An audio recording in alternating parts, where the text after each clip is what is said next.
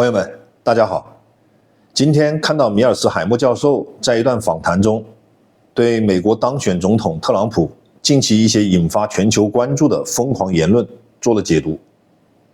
他认为特朗普是个非常擅长作秀的人，喜欢信口开河，特别当他意识到自己是全球最强大国家的老大，想说什么就说什么，而不用负责的时候，他的恶霸本性就会显露出来。我们看看教授是怎么说的。You have developed an expertise in the concept of the regional hegemony. China has its area of hegemony, leave them alone. The U.S. has its area of hegemony, leave us alone, although the U.S. tries to get into other people's. Russia has its area of hegemony, leave it alone.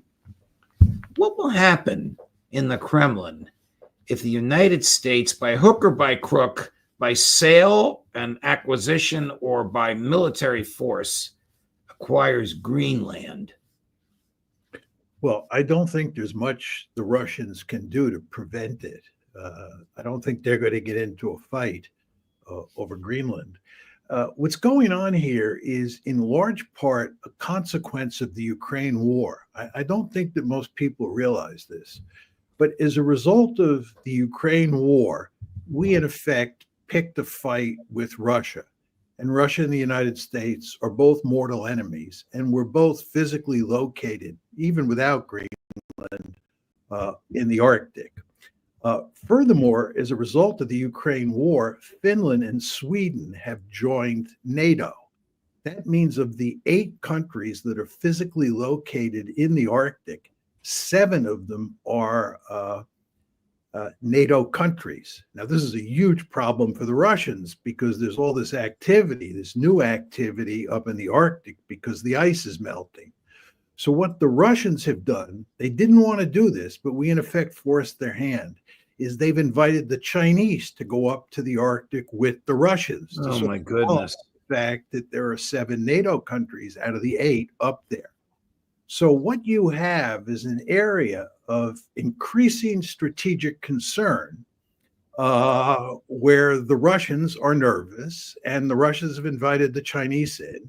And of course, we're getting nervous as well because we understand the importance of the Arctic. So it's not that surprising that Trump is talking about taking Greenland.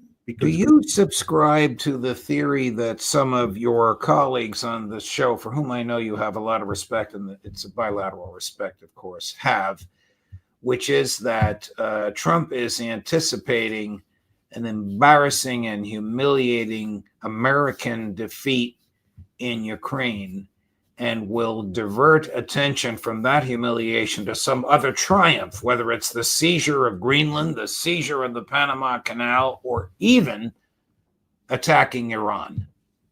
I think that's possible, even likely. But I think even if you didn't have the impending Ukraine disaster, Trump would still be doing this. Trump is Trump.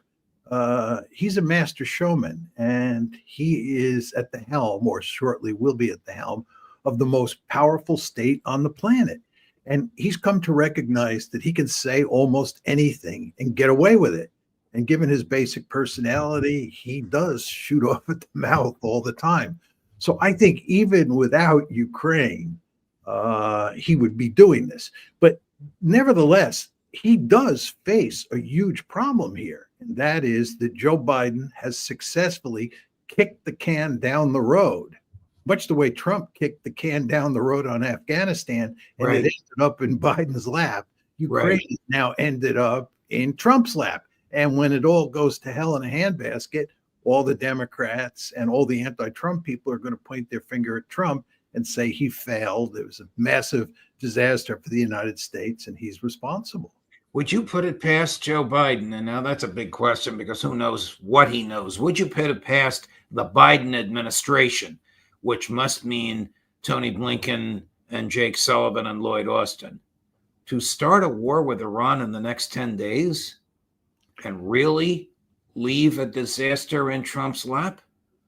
I think that's a bridge too far. I think they want to create all the trouble they can for Trump. There's no doubt about that. And they've been quite successful. but I find it hard to imagine that they would start a war against Iran with a few days left in the administration. Why do you think Trump is blaming the desire for recapturing the Panama Canal on the presence of Chinese? I mean, is there any evidence that the Chinese have taken over the canal or are operating it secretly or openly? No. I mean, China is not a threat, a military threat anywhere in the Western Hemisphere. And the United States will not let China become a military threat in the Western Hemisphere. This is the Monroe Doctrine. It hasn't gone away. I don't understand why Trump is so interested in taking back the Panama Canal. It doesn't make sense to me at this point in time. One could hypothesize a situation where it might matter, 20 or 30 years from now. I think it's extremely unlikely, but you could imagine a scenario. But there's no scenario today that justifies that kind of talk. Greenland is a different matter, as we were talking about before. Greenland is, up there in the Arctic, and it matters greatly for strategic purposes. But the Panama Canal, I just don't understand it. Do you understand why he wants to change the name of the Gulf of Mexico? Well, he wants to humiliate the Mexicans. He does. I mean, we've been watching him humiliate Justin Trudeau. Justin Trudeau really looks like a pathetic figure because Trump towers over him, and Trump is able to use his New York City rhetoric to really make Justin Trudeau look like a small figure. And so I think he's just poking fun at Canada, and I think he's poking fun at Mexico. I think so as well. I can't imagine Canadians voting to join the United States. If they did add 20 more Democratic senators to the Senate and another 100 Democratic representatives to the House, Trump will have cooked his own goose. But I think it's just fanciful. I think he enjoys stirring the pot. In the Trudeau case, he arguably fomented Trudeau's departure. Yeah, I think there's a lot of truth in that. I would point out to you that he is a classic bully. If he sees an opportunity to bully someone, he'll jump at it every time. But he never ceases to surprise us. Your friend and colleague and sometimes debating adversary, Professor Jeff Sachs, I don't know if you know this, gave a talk a few months ago at the Cambridge Union. You've probably spoken there yourself. It was a long talk, but in about a 2-minute clip, he ripped into Bibi Netanyahu, really ripped into him, even used some foul language, which I thought was uncharacteristic of Jeff, but he made his point. Donald Trump posted a reference to that in a laudatory way on his own Truth Social account. I assure you that Netanyahu and his folks are aware of that. Yeah.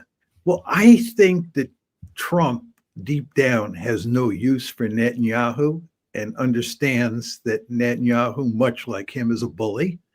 And Trump at the same time understands that because of the power of the lobby, because of the power of Miriam Adelson and people like that, he has to be careful. So I think in a way that was a subtle dig at Netanyahu. And as you say, it's hard to believe that Netanyahu didn't understand what Trump was doing. Right. 其实特朗普近期这些言论并非完全是风言风语、信口开河。他在首个总统任期时的一些言论和政策思路，与他最近的这些言论一脉相承，体现了他一贯的美国优先立场和强硬的外交风格。关于加拿大和墨西哥，特朗普在2017年他首届总统任期的第1年就曾批评北美自由贸易协定，称其导致美国制造业流失，并迫使加拿大和墨西哥重新谈判，并最终促成了美墨加协定的签署，这被视为他的重大外交胜利。关于巴拿马运河，他在第一个任期内虽然没有公开提及，但他对中国在中南美洲日益增长的影响力表示过强烈关切。他曾指责中国通过"一带一路"倡议和基础设施投资来扩大对发展中国家的影响力。他近期对巴拿马运河的关注反映了他对中国的战略竞争心态。巴拿马运河的主权在1999年12月31日正式移交给巴拿马政府，此前由美国控制了将近1个世纪。移交后，巴拿马政府通过一个国有机构巴拿马运河管理局全面负责运河的运营和维护。从法律和实际操作上看，巴拿马运河完全由巴拿马掌控，但中国企业确实在运河周边的港口和物流领域有一定影响力。中国香港的和记港口控股有限公司在巴拿马运河两端的港口科隆港和巴尔博亚港拥有运营权。这些港口是巴拿马运河的重要配套设施，负责货物的装卸和中转，所以特朗普声称运河的两端都被中国控制了。近年来，巴拿马积极参与中国的一带一路倡议，中巴之间的经贸往来与基础设施合作不断加深。中国企业不仅在港口运营方面有投资，还涉及铁路、物流园区等基础设施建设。但尽管如此，这些中国企业的活动仅限于港口和物流领域，而非对运河本身的控制。因此，特朗普声称中国人控制了巴拿马运河是不准确的，他的醉翁之意并不在酒。关于格陵兰岛，特朗普在2019年就曾提出希望购买格陵兰岛，并强调这是出于国家战略考虑。他当时称，格陵兰岛对美国来说具有巨大的战略价值，并且购买土地是一个大国正常的扩张策略。当时这番言论就引发了丹麦的强烈反对，丹麦首相称其想法荒谬。虽然此提议在国际上被广泛嘲笑，但特朗普的这一思路显示了他对通过经济或地缘政治手段扩张美国领土的兴趣。时过境迁，他旧事重提，估计现在丹麦或者欧洲或者特朗普的对手们，没人敢再嘲笑他了。弥漫在空气里的只有恐慌和不安。米尔斯海默教授说，特朗普想拿下格陵兰岛并不令人惊讶。除了他说的美国想更积极地参与北极竞争以外，其实还有一层原因，教授避而未谈，那就是岛上蕴藏的巨量资源。